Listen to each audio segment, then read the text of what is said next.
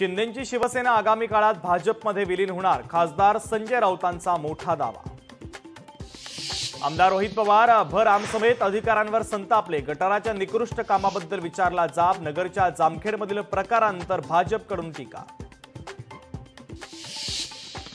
Police दलामध्ये केंद्राकडून हस्तक्षेप होत नाही, मुख्यमंत्री देवेंद्र फडणवीसांचं स्पष्टीकरण, निवृत्त अधिकारी बोलतात ते चुकीचं, मीरा बोरवणकरांच्या मुलाखतीसंदर्भात स्पष्टीकरण।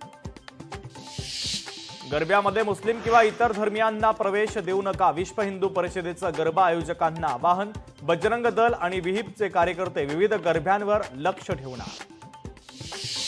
एसटी महामंडळामध्ये मोठी भरती होणार, 17,450 कंत्राटी चालक आणि सहाय्यक पदांसाठी भरती, परिवहन मंत्री प्रताप सरनाईकांची माहिती।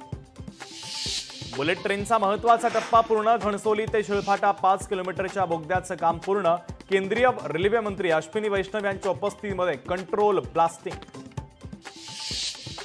मुंबई आंतरराष्ट्रीय क्रूज टर्मिनलचं उद्घाटन, मोदींच्या हस्ते ऑनलाईन उद्घाटन, तर MICT जागतिक दर्जाचं क्रूज टर्मिनल। सोन्याच्या दरात विक्रमी वाढ, सोन्याचा भाव 1,14,300 रुपयांवर, लग्नसराईपर्यंत भाव गगनाला भिडण्याची शक्यता।